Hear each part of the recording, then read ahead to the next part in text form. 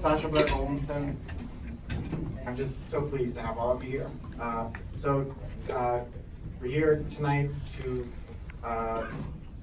mostly to eat and drink and have a good time, really. But in between, to hear about DRA, disability rights advocates, and some of the amazing work they've been doing over the years, and especially relevant to us New Yorkers, what's been happening in the subway case recently. But I'm going to let them speak more about that. I'm just going to have a couple of quick points, things that I don't want to forget to say. One victory at a time is a pretty good motto for what they've been doing over the years, and at this point that's been 25 years. And they've won some really important cases for people with all kinds of disabilities and our families and our friends to ensure and protect access and at the same time enrich the society that we live in. Because victories for us help everyone, elevators are for everyone, and that's where it is.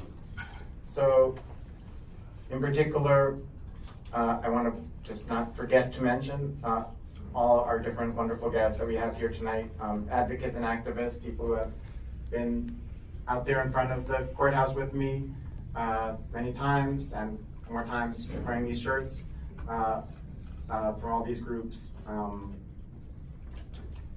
the DRA attorneys and staff that are here tonight, and also our hosts, which would be Google at large, and in particular the Disability Alliance, which is the employee resource group for people with disabilities and their families, which is just a great resource, and they're sponsoring this tonight. So thank you, DA. Thank you.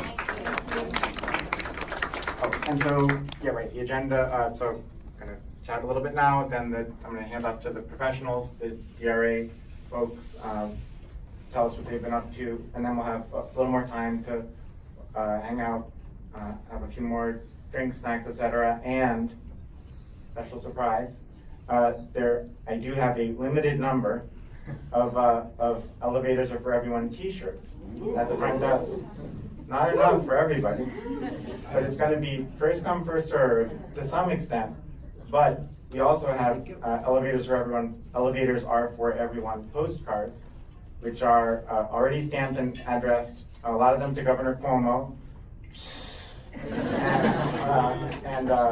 and also state senators, and to encourage them to get on it and make this happen. And if you write 2 of those cards and put them in our to be mailed, then you qualify for a t-shirt, and then you can, then it can be, mad scramble. Okay. You can also please take some home, family, friends, get them to mail them too. Okay. So Google accessibility and what my role has been, why this is happening. So I guess many of you know, a tree fell on me in Central Park 10 years ago. That's what happened. And once I got back here, and I was already working at Google then, I started looking around at maps. Well, that's not true. I started trying to get around the city, and getting around the city turned out to be amazingly hard. And I never thought like getting around in a wheelchair would be easy. But there's all this stuff that was hidden in plain sight that I didn't realize, like that the subways in particular, and the sidewalks are cracked, and all these things that are sort of a pain if you're an able-bodied person, but it falls way harder on people who have to get around by chair. And I never got that.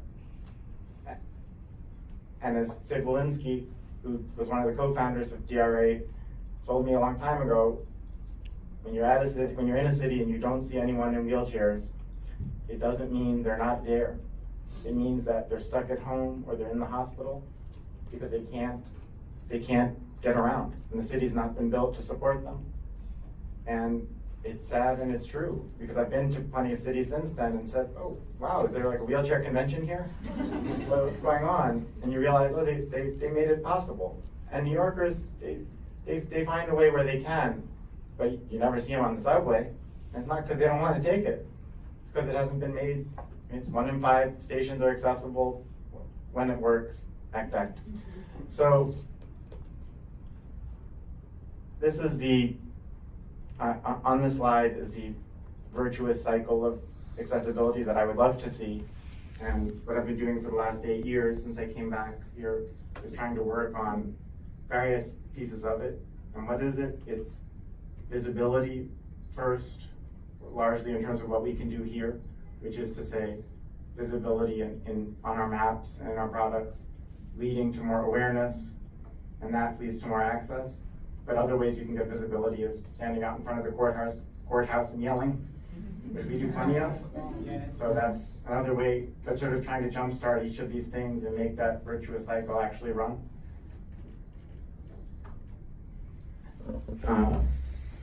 Like this. So these pictures on the slide are our elevator action group in front of the courthouse, and then also with some friends from AARP at a demonstration outside the 23rd Street 8th Avenue station just recently.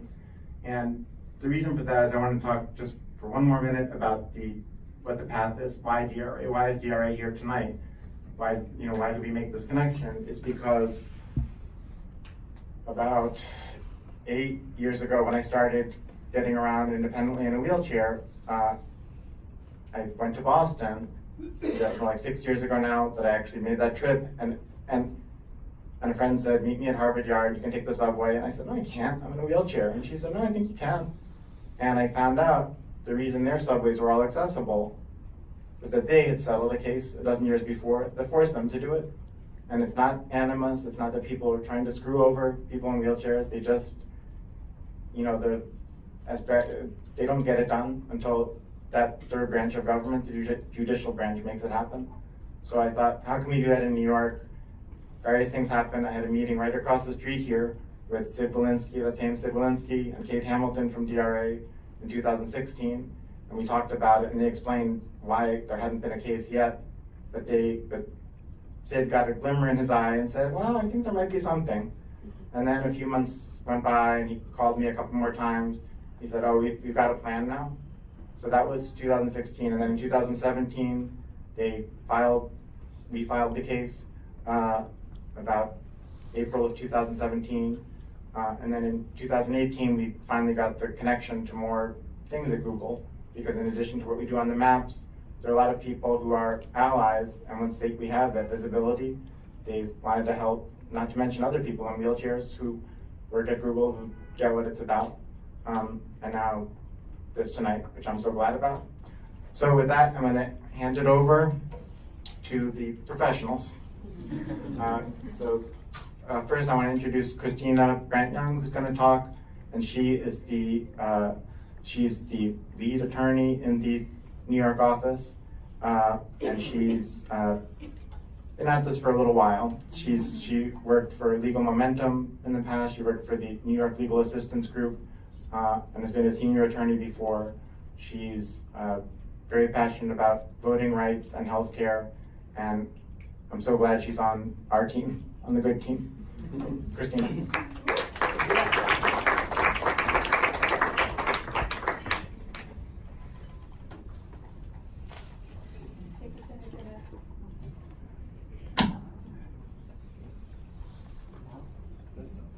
All right, if I project, can you hear me through the speakers?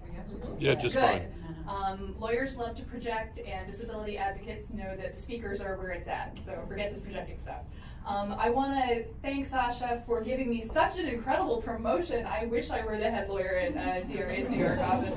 I deeply am not, and every lawyer in our team is absolutely indispensable, but I am a managing attorney at the New York office, and so it's a pleasure to see all of you here. We are so happy to be here. We are so excited to meet all of you. We are tremendously grateful to Google for its amazing work on accessible technology, and we're just really excited to have everyone in this room. It's a privilege to see all of you. Special shout out to all the activists who make this work happen every day, and as lawyers we are activists too. We come at this work in a very particular way, but we also come at this work on behalf of people who stick out their necks, who put their faces and their names and their reputations on the line in order to help us help them do this work. And Sasha is an amazing example of that, of someone who has put himself into this as personally as he possibly can and is one of the most effective activists that we know, and some of the most effective activists that we know are here in this room. So it's a real privilege to be here. So DRA was founded in 1993 by two lawyers who were hoping to do systemic legal work in order to improve the world for people with disabilities. And today we have 19 lawyers in 2 offices, one in Berkeley, California, one here in New York, and we work on behalf of people with disabilities nationwide. Our work addresses every kind of disability. It addresses the services that people need most. We are attacking the really criminal way that the New York City subway is inaccessible for people with disabilities. It doesn't have even 20% of the elevators that it should have. Maybe it has exactly 20% of the elevators that it should have, but how does it help if they don't work? So that's part of the work that we're doing, and Sasha is, as someone described to him earlier today, the tip of the spear for that. We are working in education. We are addressing the ways that New York City as a school system has failed to get the necessary occupational therapy and other therapeutic services that are necessary for students to learn. We're addressing the way that the schools are not helping students with diabetes to get the services that they need during school hours in order to learn and to live. We're working on juvenile and criminal justice to address the failure of the prison system in New Jersey to get the appropriate educational services that are needed by children who are currently being held in adult facilities. Elections, which is my own personal joy. We forced the New York State Board of Elections and the New York State Department of Motor Vehicles to make their websites accessible for people with print disabilities so that people can register to vote online in New York State.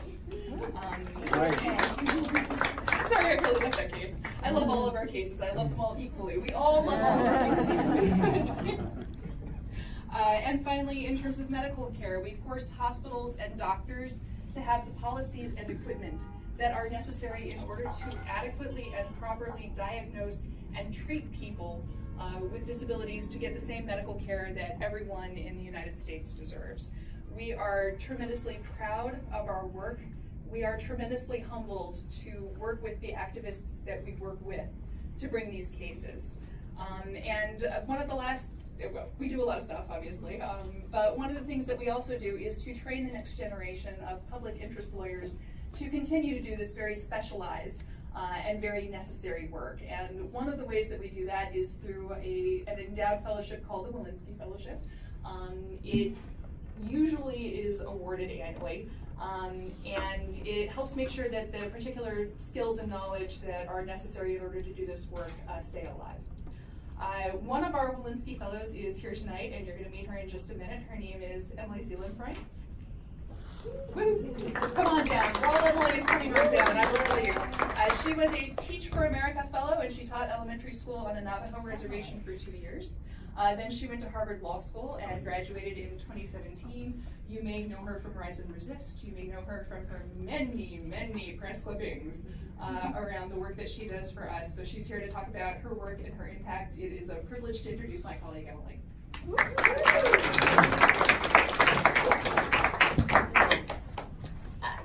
Hi, can you hear me okay? Yes. I've been told I have a loud voice.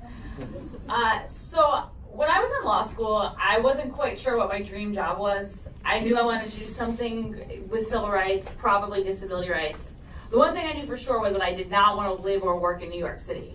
And it's not because, I wasn't familiar with this area. I actually grew up in North Jersey, so not too far from here. It was that I thought that I could not live in a city that was so systemically inaccessible. I have memories of being 17, and I, like many 17-year-olds do, I wanted to go into the city with my friends, and I got off New Jersey Transit, and I got to Penn Station, and I was looking at the map, and I was trying to figure out what station I could go to, and I ultimately decided it'd probably be better off if I just walked around the city. And I just didn't feel like I could live in a city that was so inaccessible. But then, one day, I believe it was my second year of law school, I came across an article, and it was about taxi cab accessibility and how all of a sudden there were all these accessible taxis in New York that weren't there before. And it turns out the group behind that, Disability Rights Advocates, was doing a lot of things to make New York more accessible for people with all kinds of disabilities. And I read about voter rights, and I read about how we're working towards making emergency preparedness plans for people with disabilities. And all of a sudden I realized what my dream job was. It was working in an organization that would make it so future lawyers or future anyone wouldn't have to leave the city they grew up in, but that city could become more accessible. So I was very, very fortunate to be hired by DRA. And now I get to sue the MTA every day, actually. And that's because I'm working on all 3 of our active lawsuits against the MTA. And so thanks to incredible clients like Sasha and many of them who are in this room, we're working to make sure that the system is significantly more accessible than it is right now. And we're also working to make sure the elevators are working, because all too often you'll get to a station, one of the few that is accessible, and it turns out the elevator is out of service and you didn't know about it because the MTA didn't give you any notice. And we're also working to make sure that when the MTA renovates stations, they don't ignore the AD anymore. And we just got a big win in one of those cases, which I'm incredibly excited about. About 3 years ago, the MTA did a big renovation on the 6th line in the Bronx at a station called Middleton Road. Middleton Road is an ADA accessible transportation desert.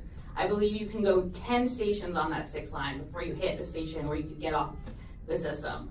And in 2016, the MTA renovated that station. They tore out the stairs, but they didn't put in elevators. And a judge ruled last week that when the MTA does those kinds of renovations, they have to at least analyze whether they do in fact have to make that station accessible so everyone can use that station. So I'm incredibly excited about that, and thanks to all of our great clients who also work to make that happen.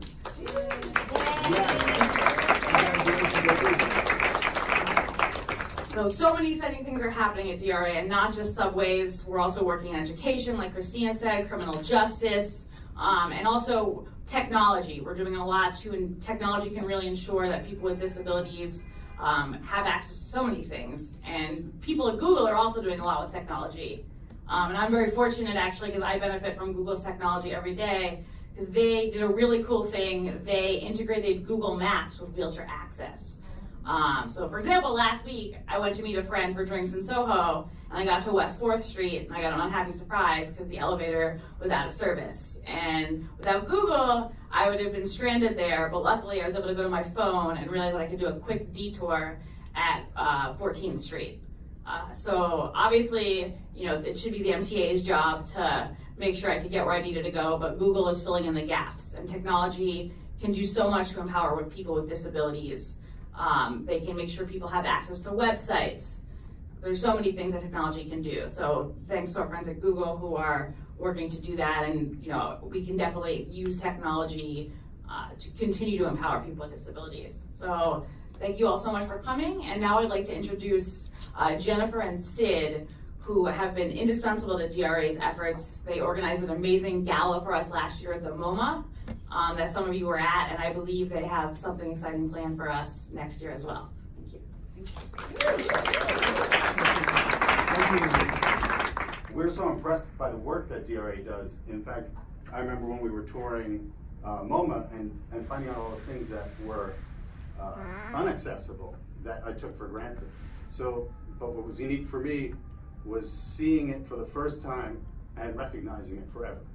So I got pointed out, this doesn't work because of this reason, and I feel like I know it forever now. So the work is just incredible, I think. We deal with a lot of organizations that the message doesn't necessarily click as quickly or stick as long. You want to talk? Yes, something to learn even more about what DRA has done over the many years. There's a timeline here. If you get a chance, once we're done with our very brief remarks, you'll see some of the amazing work that they've been doing for 25 years. And what we're going to be talking about at this upcoming event is the next 25 years. And really how much technology is playing a role in the work of accessibility and spreading that word to New York, as well as in California. So we're very New York focused here, though, so we'll stick here. I will say, as parents of public school kids in New York, again, working with DRA showed us how inaccessible the public schools are, and something we talked to Kate about a lot, who you will meet in the fall, Kate Hamilton, and which we'll talk to Michelle about more, but we are, as Sid was saying, just forever learning about how much there is to do. And we are glad to have this fundraiser in October. So, as Emily mentioned, we were at the Museum of Modern Art 2 years ago, a spectacular event. This year we will be at the Museum of Natural History in the planetarium, which is now, it's no longer called that. It's the Rose Space Center. Right. When we were little, growing up in New York City, it was called Planetarium. Yeah. They had Pink Floyd, right? So we will be in the for the event. We've been able to have access to the space, and we're looking forward to it. This is the big fundraiser in New York City, and we like to spread the word to some organizations that we're hoping will help support DRA and the future work of the organization. So we're hoping that you can reach out to your networks, to any philanthropists that you know, any organizations or companies that you know that may have the means to support by either a ticket or a table to the event. As you know, that's the goal, is to get as many bodies in the room as possible. And What is the date? October 21st. Excellent question. We have some save the date cards that are around the room, and you feel free to grab one. And again, as Sid was saying, this is an opportunity for corporate, for law firm support of this organization. So there are people from DRA here who can help, that we can help reach out and help work with your different connections to help us raise money for them. In fact, if you have any questions about the organization, please talk to a staff member. We hands of staff members. So these are all people we can reach out to get information. Yeah. Well, please stay, enjoy the food and the drink, and thank you to Sasha and to Google for hosting this wonderful event today, and enjoy. Thank you. Thank you.